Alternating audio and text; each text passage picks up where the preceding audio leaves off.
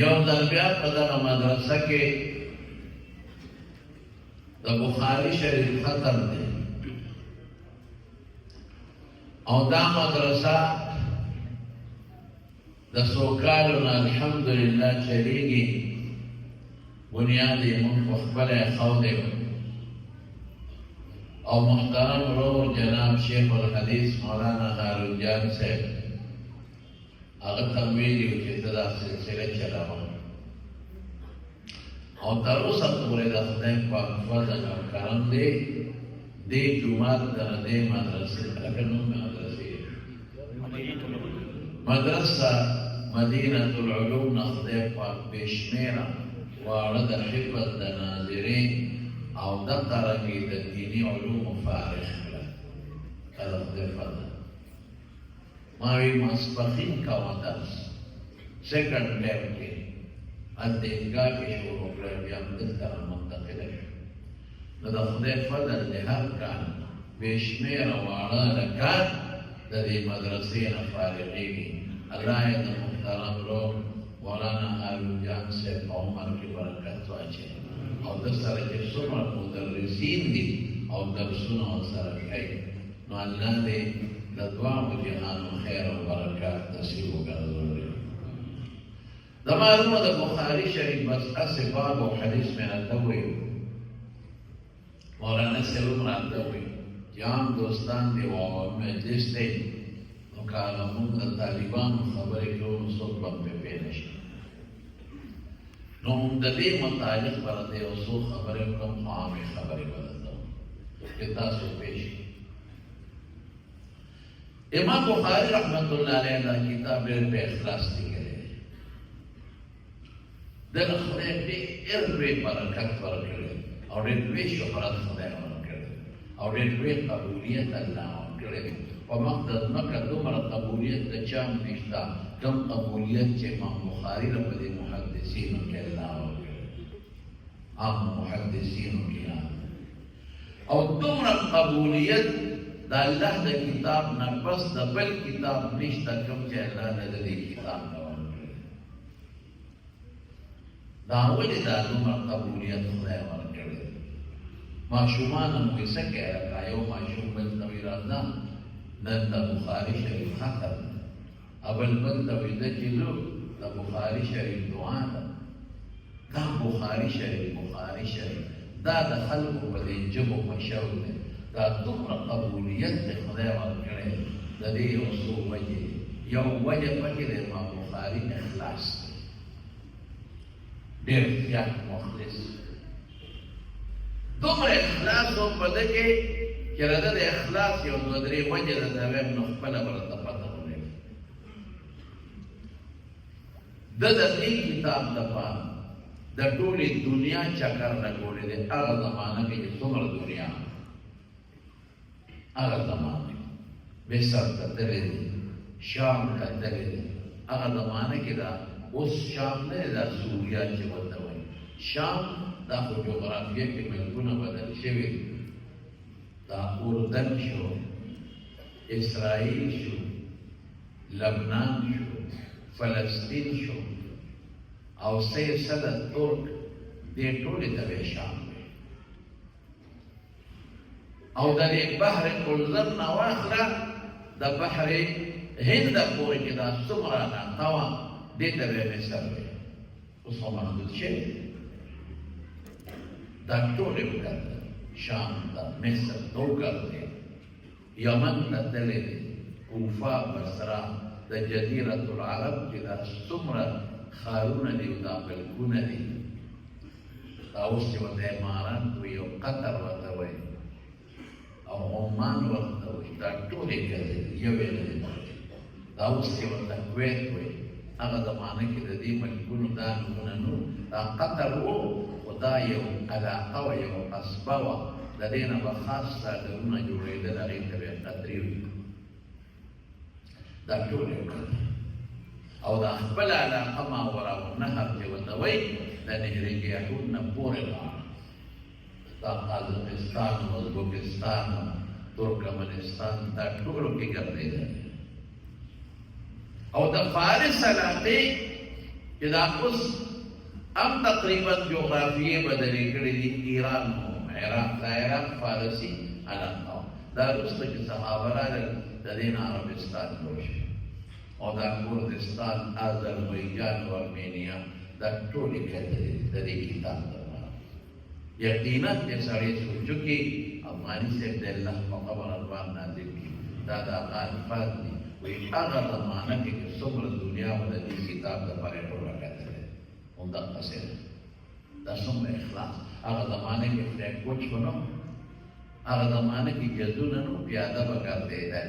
او یا به پاسونو ګرځېدل یا به روښانو ګرځېدل او دا څه د به دا احادیث د حضور پاک جمع کول یا ټول به موضوع سره به لیکل او داسې به نه چې هلکه دا یو حدیث مې یاد کړ بس دا کافي دی. ګرځېده به چې د دې استاد نور شاګردان شته هغې نه معلومات اخلمه چې هغوی دا حدیث ته د استاد نه څنګه اورېدلی. لکه دا موجوده حدیث به راته زه ووایم دا د درې استادانو نه اورېدلی. یو زهیر ابن حرب مې اورېدلی او یو یې د امام بغلاني نه اورېدلی او یو یې د اشکاب د زوی احمد ابن اشکاب نه اورېدلی. د دریو غټو استادانو او بل استادان یې یو او دیم بیا داسې طریقې سره یاد کړي دي چې د دې استاد په سند د حدیثو دا الفاظ دي، د دې استاد په سند د حدیثو دا الفاظ دي. ګزارش یې کړی دی وایي داسې وخت هم دی شوی دی چې ما په یو بادامو په دوو بادامو د شواروز ګزاره کړې. یو بادام باندې څوک 15 منټه ګزاره نشي کولی. یو بادامو په دوو بادامو زمونږ خلک په دوو بادامو څنګه په دوو وړو ګزاره نشي کولی. په دارالعلوم نعمانیه کې هم هغه زمانه کې دله دې وړو کتابونو مدرس مولانا نور الله صاحب الله دې په قبر مان نازل کړي. ما په دې سړی راولې وي د کلاسو کې ورغلم طالبانو د وهاب طالب د 2 روپۍ مقرر په ترکاري ما ته طالبانو خط لیکلی درخواست کې طالبانو لیکلي چې یا درې کا او یا درنې کا یا درې کا یا درنې او د بدو تا اخلاص. په دمشق کې په یو جمعات کې یو مولا نے حدیث دا کړ منډه به کړې بار صحرا او دس په مان بیا برابر او دس په بیا وکي بیا به منډه بیا برابر او دس په بیا به منډه بیا به دس کې وناس. دیو بابا وته وی د درس په اختتام کې به بچی راس منډه شروع کړې. منډه به دس کې بیا کتاب ته کې به بابا جی داړه مې په خېټه کې مروړ چې وته او دستونه مې د وینو دستونه مې څونه ګران کړه. د چا چې دستي د وینې دستونه څومره درد کوي مروړ راشي منډه کوم دست مات کوم دست بیا وکړم او راشي استاد دې ته کېنه بچي ډیوټي ولې نه کېدا ته صح نه جوړه او ظاهره دې پورې د کتاب کې را دي دوی مې خبره ذکر نشته او ظاهره دې تاسو وخت د بدن تبني وی بچی باپ بچی ټوټي وکړه دمه وکړه آرام وکړه. وی بابا دمه نشو وکړ بیا له حضور پاک د حدیث را نه پاتې کېږي. استاد یې لګیا دی درس کې ما ته یوازې ونه دی حدیث پاتې کېږي. هغه زه لاړم استاد او پیالې کې ونه روټۍ خوشته کړه د زیتون په تېلو کې ما بچې شاباس وخوړه. وی ما باندې خو حکیم صاحب دا ګوړی بنده کړې ده چې ډوډۍ به نه خورې. وی حکیم پرېږده د ما ومنه چا به وخوړه. باباجي په هغه ډوډۍ په زور وخوړه چې ویې خوړه. وی څنګه شوې بچې؟ وی بابا نیم ټیک شو. لاړ یو پیاله یې ونه بله خوشته کړه هغه یې پرې خوړه. بچې وخوړه ویې خوړه. وی څه ټیک شوې؟ وی بلکل ټیک شو. خېټه مې درد مې ختم شو دستونه مې ختم شو. باباجي په دې کې څه څه دوایي دې پکې اچولې وه. وی بچې اسم پکې نو خو د څو ورځو نه زما تا ته خیال هغه زمانه کې د دې وظیفو رواج نه و. اوس هم په پنجاب کې او په سند کې د وظیفو رواج نشته. دا دلته د اخندرویزه بابا یو څو طریقه جوړه کړې هلته نشته. وی څو ورځونه مې درته بچې خیال و چې ستا ډوډۍ نشته ته نارې او دا موږ دا ډاکټران وایي دا کولمې مومنټ کوي، حرکت کوي، لږ لږ پیډي پې نه خو ورو حرکت کوي. نو دې کې چې دا خوراکي دا ورو مخکې دي او د کولمو چې دا کم څادرونه دي دا د هر یو ځای د خپل خپل طاقت راکوي. نو ستا کولمې تشې مومنټ خو کوي، نو دا دیوال د کولمو غوښه یو بل سره جنګېږي، نو دا زخمي شوي دي. دا ځکه په تا راغلي وو. ما اسم ونه کړل، صرف کولمې مې درته ډکې کړې او غواړې مې کړې ده. دې ته اخلاص وایي. او چې بیا کله دا کتاب جمع کړی په ډېرګونو احادیث مرفوع موقوف او مقطوع دا جمع کړي دي او دا یې یاد کړي دي، نو د دې نه بیا د دې بخاري شریف انتخاب وکړو. دا د خپل یو سوچ دی او خپل شرطونه دي او شروع یې د مکې مکرمې نه وکړه او بیا لاړ مدینې منورې ته فی روضة من ریاض الجنة. مونږ خلک چې ورته ریاض الجنة وایي، په هغې کې کېناسته او د احادیث صفحه کول شروع کړه، یو یو به یې لیکل. ټول کتاب یې په ریاض الجنه کې لیکلی دی، ټول کتاب ریاض الجنه کې چې چاته د 2 رکعاتو ټیم میلاو شي نو هغه وایي غنیمت دی. د ټول کتاب هلته لیکلی دی، صرف شروع قدرې د مکې نه کړې وه. هغې کې د یو مقصد او بیا چې لیکي څه جرم کوي. د حافظ ابن حجر عسقلاني د خپل قول نقل کړی دی چې ما كتبت حديثا الا اتصلت وصليت ركعتين واستخرت الله تعالى حتى استيقنت صحته. د هر حدیث نه مخکې غسل کړی دی او د هر حدیث نه مخکې استخاره کړې ده، 2 رکعاته نفل یې کړي دي، نو بیا حدیث کې کړی دی. نو سره د مقرراتو په دې کتاب کې تقریبا 19,000 احادیث مبارکه دي. گویا تقریبا 19,000 رکعات یې ولا غسل کړی دی، 19,000 رکعات یې ولا استخارې کړي دي او 15,000 رکعات یې ولا نفل کړي دي. نو خدای به قبولیت ورکړي که ونه؟ دا د اخلاص استخاره دې نه ده کړې. د کتاب دارالمدار په استخارو نه دی، د خپل شرطونه دي، په هغې دا کتاب لیکلی. ځان له اوږده قصه ده، موږ یې طالبانو ته وایو دا استخاره هسې د اطمینان د قلم لپاره ویل کړو. څومره خواري ما بخاري کړی او چې کله به یو حدیث ولیکه نو قلم به د خوړلې ده، د لرګي قلم به بیا تېره کړو. چې بل حدیث به ولیکه قلم به بیا تېره کړو، چې بل به ولیکه بیا به تېره کړو. چا ورته وایي دا ته څه کوې؟ دا خو یو ځل قلم تېره شي بلا صفحې پې لیکلې کېږي. وایي دا پوره مې پکار ده. نو چې کله مړ کېده نو وصیت یې وکړه، وایي دا هغه پوره ده چې د حضور پاک حدیث مې پې لیکلي دي چې د مړ شم او زما اوبه د غسل ګرموي دا پکې واچوي، چې د دې اوبو ته ورسېږي او د اوبو حرارت زما وجود ته ورسېږي، ممکن د الله سره ښېګړه وکړي. داسې سره واقعات دې ډېر دي، وروڼو ټوله قصه راته نه کوم، هغه یو څو جلکې مې درته وویل. دې علماو دا خوارۍ کړې، په دې خوارو دې د پیغمبر مبارک حدیث خپلو شاګردانو ته او تر ننه پورې موږ ته الحمدلله دغه مبارک حدیث رارسېږي او موږ یې خپلو شاګردانو ته ښایو او تاسو ته یې بیان کړو.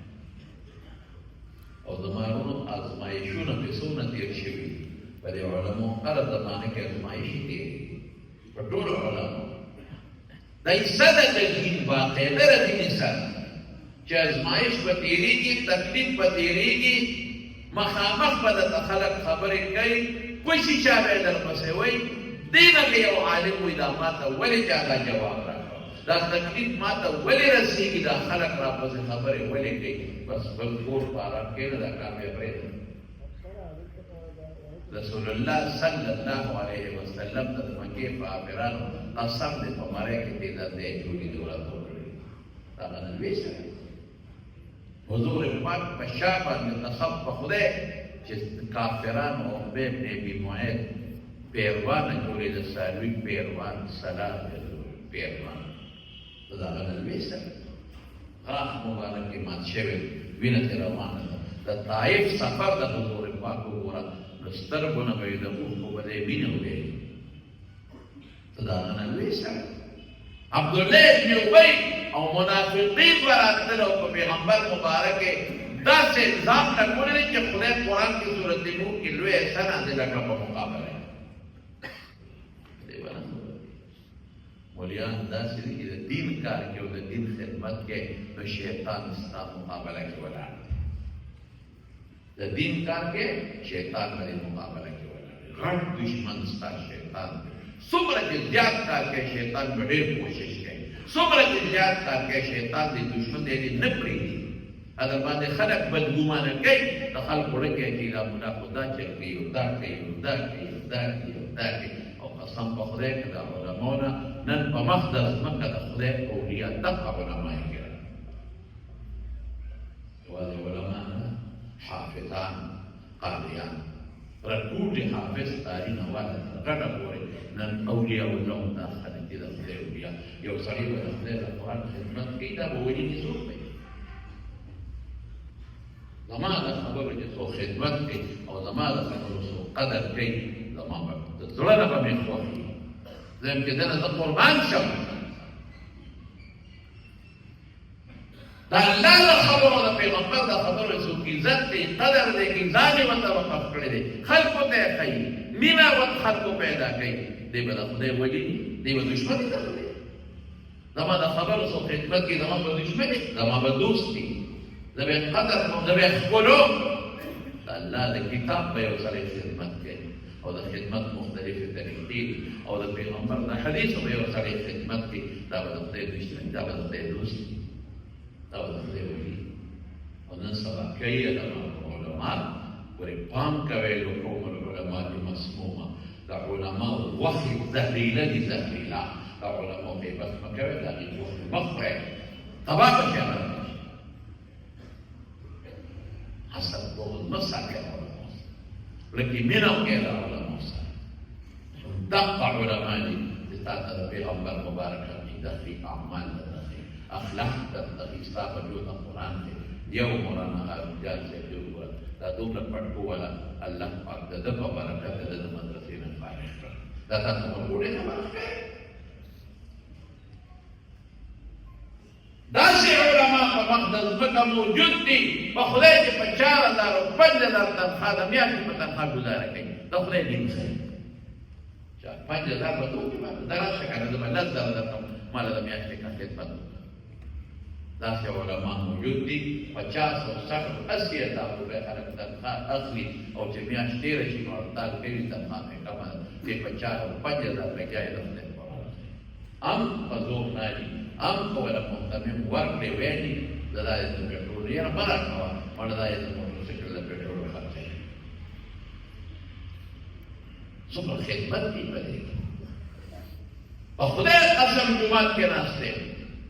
والله بالله تالله ما ته داسې علما معلوم دي ما ته معلوم دي چې هغې محتمم ته ویلي دي زما تنخوا زیاته ده درنه کمه او کمه کړې قسم دې داسې عالمان راته معلوم دي داسې شیوخ چې مخکې یې ګزاره نه کېده تنخوا اخیستې ده اوس یې لږه ګزاره روانه شوې ده تنخوا بنده کړه چې د ناظم خیراتي به درس کوم او چې مخکې کې مې اخیستې دي ورو ورو هغه تنخواګانې مدرسه کې به درس کوي دا د خدای اولیا نه چې څوک دی دا چې په جومات کې ناست دی او دی وي الف زبر او با زبر با الف لام در الحیم در حم مونږ خو پخوا داسې لوستا آیت الشرقي الحمد د قیامت په ورځ به د دې قاري مقام د خدای په وویني انشاءالله دی به د خدای قرآن ښایي او دا به د خدای دشمن دی به د خدای کتاب ښایي او دی به د خدای نه لري په مقصده څه وی غلطۍ شته ما کې به د ټولو نه زیاتې وي تا کې به هم زیاتې د دې دنیا مثال د ډنډ د ډنډ څوک یې منځ کې ولاړ دی څوک یې په غاړه ولاړ په چا عاشق اساس کې دی په چا نماشوده خوب اساس کې دی په چا زیات دي زمونږ د خلکو رزق کم دی هغه چې تاسو کوم ګټلی تاسو یې ګټئ همونږ یې خورئ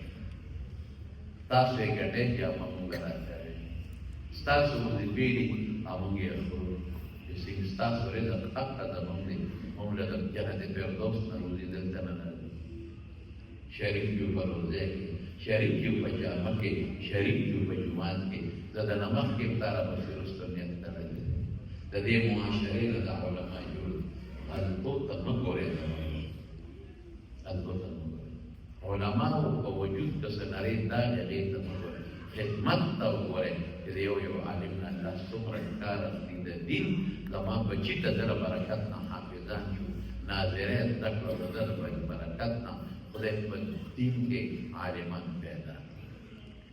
یو وخت و چې زموږ په کلي کې صرف دوه حافظان بس په ټول کلي همدغه دی ټول حافظان یو د حافظ حبیب الرحمن صاحب و مولانا حافظ حبیب الرحمن صاحب د شیخ الحدیث مولانا محمد طاهر عابد صاحب والدی محترم یو حافظ یو مولانا محمد اسرائیل صاحب و حافظ مولانا محمد اسرائیل په خټ کې ده شفیع الله مولانا شفیع الله صاحب والدی محترم دا او مولانا اسرائیل صاحب اکثر آفس صاحب په کې دي یو آفس صاحب بل مو نومې درته راغله خو ما ته پته وه هغه نه قرآن زده کړو بیا تیار شوي هغه نه یې دا دوه حافظانو زموږ په کلي کې او حافظ صاحب باندې حافظ حبیب الرحمن صاحب الله دې په قبر انوار نازل کړي په خدای نمبر به پېرو د قرآن شریف د راغلو دلته به ختم کړي دلته به ختم کړي دلته به ختم کړي دا زما یاد دي تاسو ته هم دوی مشرانو ته او خو ټیټ داسې ټیټ قرآن یاد و داسې ټنګېدلی قرآن یاد زبردست او دونه واضح و چې ختم به یې کو سړی به ورپسې ستړی کېدل راشه نن زه په خپل کلي کې حافظان نشم شمېرلی الحمدلله ستا په کلي کې څو علما ټول رامون کې پنځه شپږ علما پکې دي اکثر به د بار د خلکو باباجي سره به زموږ طالبان په جوماتونو کې به خلکو ته منځونه راشه نن زه په خپل کلي کې عالمان نشم شمېرلی الحمدلله یو درس و ستا په کلي کې بس زموږ د باباجي راشه نن زه په خپلو تورندو کې مدرسې نشم شمېرلی الحمدلله زه د خدای فضل په دې خوشحاله چې زمانو مدرسو باندې خوشحاله شي د قرآن په خدمت خوشحاله شي دا زموږ د علماو خدمتونه کړي سختې تېرې کړي دي په خدای قسم چې سختې برداشت کړي ډوډۍ به نه وه غریبانانو په دې جوماتونو کې تاسو د امامتۍ کړي هېڅ به نه د سان ډوډۍ جامې به یې راغونډولې د هغې به بچو ته جامې ډوډول او په دغه حالت کې به دې بچو علمونه کړي ولې دا خدای نه دا د خدای د دین خدمت او د قرآن خدمت د دې پته به د قیامت په میدان کې لګي هلته به پته لګي چې د علماو څونه قربانۍ خوانۍ کړي دغسې امام بخاري رحمت الله علیه خبرې کړي لاړ او په دې ملکونه وګرځېد او چې بیا به یې حدیث شروع کړل په زرګاو خلک ورته ناست وو د حدیث اورېدو لپاره دوی کېدل تاسو ته دومره په مینه او په محبت راغلل دواړو ته خو زما زړونه دوا په دې کې که په داسې حدیث کې د تورندو خلکو ته دعا که په نعمانیه کې د تورندو خلکو ته دعا هلکه دا ولې ډېر خلک رانه تپوس وکړي مې د دوی د دین مینه ماته معلومه ده دوی د پخوا د زموږ د شهزاده مولوي صاحب د باباجي د وختونو په جوماتونو کې طالبان ساتي خپله ډوډۍ نه خوري طالبان باندې جامې ورکوي مینه ورسره کوي محبت کوي ځکه خو عبادت دغسې به کوې که خیر انشاءالله ما تورنځو د معیاري او د ګردونوا ملګرو سیک چې مو مخکې کړي دي طالبانو سره مینه او سیک چې اوس مینه ده دا چل بچو ته وښایم چې ستاسو بچي د علماو سره د قرآن سره او د سنتو سره محبت او مینه وکړي برکات خدای درکړي دي شته دی او بیا به یې درکړي که خیر انشاءالله امام بخاري ډېر شاپور نه اوس لاړ خپل علاقې ته بخارا ما په بخارا کې د کور لیدلی دی چې کوم ځای پاتې شوی بخارا کې ورته چا یو ګورنر اولمسا و هغه د هغه ځای نه راوویست نو راغی سمرقند ته نو د سمرقند نه د بخارا په روډ یو 20-22 کیلومیټر یو کلی و هغې ته یې خرطنګ وي د ده رشته دارانو پکې اوس ورته قريه اسماعیل وایي. زه ورغلی ما ته راته قبر دی. نو چې هلته راغی، نو چې کوم ځای ته به راغی، دا په سوو زرګونو طالبان پکې ته وو او حدیث به یې اورېدل. بس خدای یو قبولیت ورکړی، داسې قبولیت چې بخارا ټولو مدرسې درسونه بند شي، ما بخاري ته چې سمرقند ته راغی ټول درسونه بند شو او ټول راغلی ما بخاري ته کېناستل. گورنر د سمرقند د چا څه بد ورته شانې کړل، بس هغه میټینګ راووته وي دا وباسو دا ګوره سبا راته جنجال جوړوي کې خلک ورته درپسې هسې څه نه کېږي. چا ورته ویې امام بخاري وی د سمرقند گورنر هم ستا فیصله وکړه چې دې جلا وطن کې د رکوټ اختر میاشت وه او ماسخوتن یې الله ته لاس اوچت او زامنو مې ښه وجاړل او بیا وی اللهم قد ضاقت علی الارض بما رحبت. یا خدایه ستا دا دومره پراخه ځمکه ده، دومره چې پته یې نه لګي زمان پکې د اوسېدو ځای نشته، څوک مې نیشاپور نه شوي، څوک مې د ری نه شوي، څوک مې د بخارا نه شوي، څوک مې سمرقند کې به نه اوسېږي. غیر خدایه ګناه مې څه ده دغه ستا حدیث د پیغمبر خیمه الله خلک به مخه کړي حاسدین محاسدین به څوک به کېږم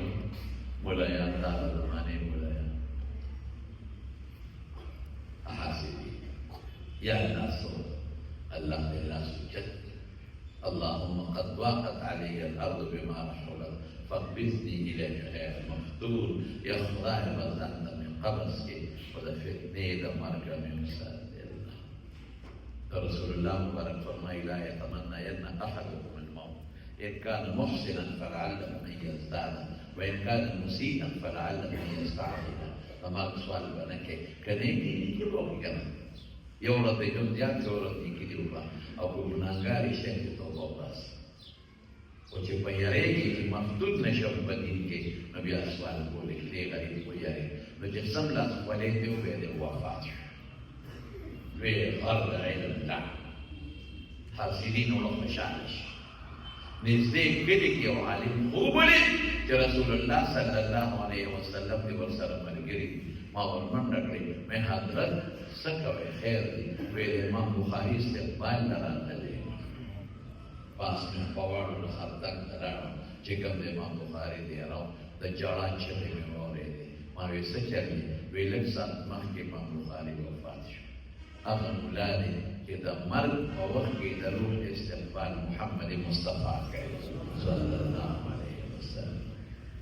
بیا چې ښخ کړ حافظ ابن حجر لیکلي دي د قبر نه مې خوشبویان دي، خلکو به خاورې تختولې د خوشبویۍ لپاره، شاګردانو به بیا قبر جوړه، بیا به خلکو خاورې تختولې، بیا به یې جوړه، شاګردانو بیا الله ته لاس اوچت کړ وی یا الله ته د برکت خیر او نورانه قبر جوړه. نو بیا خوشبو بند شو په قبر یې ورته لرګي کېښوده. زه قبر لتلې مې قبر لیدلی ویې نقشه په جرګونو کې حکومت ورته ځای پرېښی دی، چمن دی پکې، اوبه دي، سبیل جومات دی پکې او د چا داسې میدان دی، برنډې دي او په هغې کې دننه په منځ کې قبر دی. هلته دا قانون دی چې چا واده وشي نو هلک او جینۍ دواړه راځي د خپلې علاقې کې کوم لوی سړی ښخ شوي د هغه قبر ته راځي. ځای په دی دا د هغې روایت او د قبر خوا کې یو عالم ناست دي نو هغه د قرآن شریف تلاوت وکړي بیا ورته ته ووایي دا ډلې ډلې د امام بخاري قبر نه بیا ډېر ده نو ما خبره د مانګلو قبر دی او دا چت دی او لاندې انډرګراوند بیا د خپل اصلي قبر دی. هغه اصلي قبر ته مو چا نه پرېښودوي نه دا خو چې اندرې دروازه لګېدلې نو بیا هلته یو ډېر سپي و ما سره یو زما د ماما زوی ولیدل شاه یو را سره مصباح الحق نیسۍ و ده تخبې انصاف چې وایي او یو ترجمان و را سره د دې فضل باب هلته بندي کېږي. بیا هغه سپي له ورغلو نو مې موږ ته داسې دروازه کوله او تاسو قبر لرو هغه یې پرمیشن اجازه شته مو ویله سرکاري ډیلیګیشن وفد دی مو ویله نو بیا دا نشم کولی ما د اجازت نشته ما ورته خاندل هغه ترجمان ته مې ترجماني ورته کوه ځکه هغوی له بغیر د روسیې او ترکیې نه به د جمهور دی په انګرېزي هم نه پوهېږي ما ورته ویل چې خامخا به یې راته کولاوی هغه ما ته وایي وایي جنګ کې ما نه جنګ نه کوم خو یو حق لرم وایي څه حق لري چې ته به ما په زور دا کولاوی ما د محبت په زور یې در باندې کولاوم یو حق لرم وایي څه حق لرم ما د مولد یو نسبت دی د امام بخاري او ما اوس لپاره جوړول کې تلو ما د شوال نه والا تر د جوړول پورې مې څوار تذکره ته په خوب کې لیدلې د دونه ما سره مضبوط نسبت دی نو زما خبره د خبر ته نه کوله ما در پاسې دی په 15 منټو ما درته یو ځل زه ورته نه شم نو تمام بیا وبس نمبر 1 والے نو هغه بیا خبر ته ورغی یاره تاسو په خدای اعتنو کې ته ما د ماما د زوی نه تپوس کولی شي بیا څه حدیث صاحب چې ودرېدم پورته ودرېدم خبره ده نو داسې مې وچړل سلګۍ مې ووالې په څه په دې خبره چې ما ویل خدای د علم غر د خبرو لاندې او د ده هغه سختۍ رامخکې شي چې دومره لوی عالم او د حاسدینو د حسد د وجې د مرګ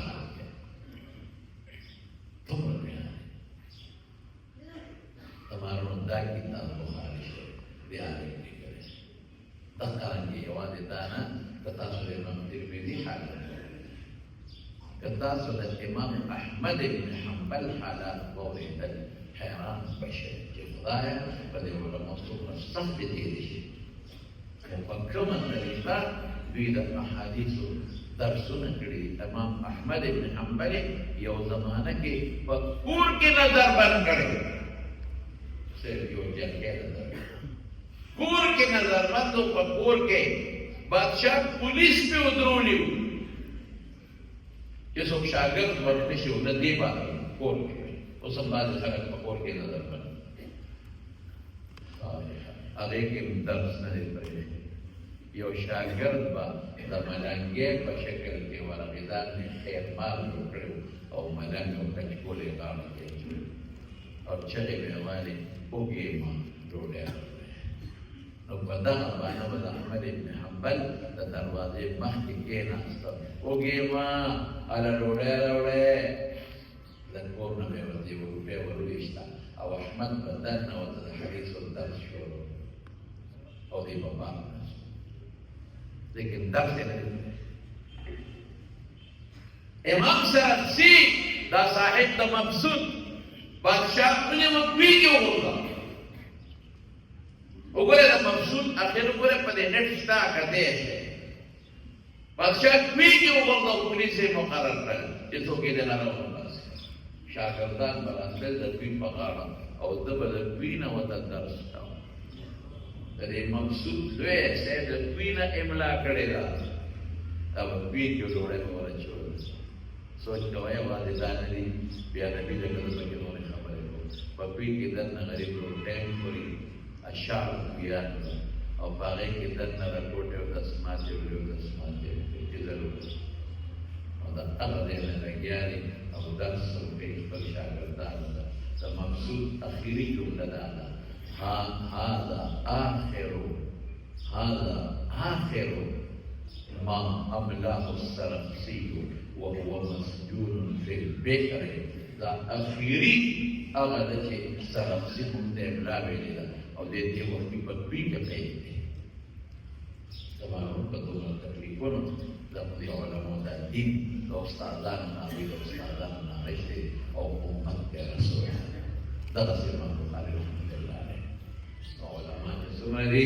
د دې په قدر کوئ ان دوی محترم رسول دی د دې احترام به کوئ د دې لاسونه به ښکلوئ که حافظان دي او که قاریان دي او دا خبرې تورنځوالو ته کول په زما په خیال هسې دي ځکه چې دوی کوي دا قدر دوی د عزت کړی دی او عزت کوي هم او په جوماتونو کې طالبان زموږ ساتلي دي او محبت او په مینه باندې الحمدلله بس اخري باب او حدیث مې وویل صرف اخري حدیث به د دې دوستانو لپاره و یو ټکي پکې وویمه حضور پاک فرمایي وایي دوه خبرې دي دا رحمان خوخی دا مهربان ذات او په جبه مسالی جبه بلستړي کېږي او د قیامت ورځ په بدله کې مزنداري درې درنې وي هغه دوه خبرې کوم دي ما سره ټول وایي یو د سبحان الله وبحمده سبحان الله وبحمده او بل د سبحان الله العظیم او د دې مقصد سره د الفاظو د دې د الله صفت دی چې الله د هر عیب نه پاک دی هیڅ قسم عیب الله کې نشته او څومره ښکلي صفتونه چې دي هغه الله له ثابت دي حضرت ابو هريره رضی الله عنه فرمایي من قال سبحان الله وبحمده سبحان الله العظيم في اليوم 100 مرة وفي اليوم 100 مرة محيت ذنوبه وإن كانت مثل زبد البحر وفي رواية وإن كانت أكثر من زبد البحر جسد ترتك دوي ربنا هنا كتدرياب تزدقوا من الله بخير تمافي وعلى الله نوايا بكنا ربنا إلى الله سجدك إن شاء الله وين إن شاء الله وين رستم الكريم شوق سره ان شاء الله وای ان شاء الله سل پیری بداوای بل دې دا مدرسه ده مدینه العلوم دې ما خیال ساتي قدر وکوي او علماء وقدر کوي د حافظان عزت وکوي احترام وکوي الله بدل په دنیا کې برکت دې او په آخرت کې الله دې مدرسې ته ترقی کامیابی او کامرانی ورکړي او د مولانا هارون جان سے خدا الله پاک د دنیا او آخرت خیر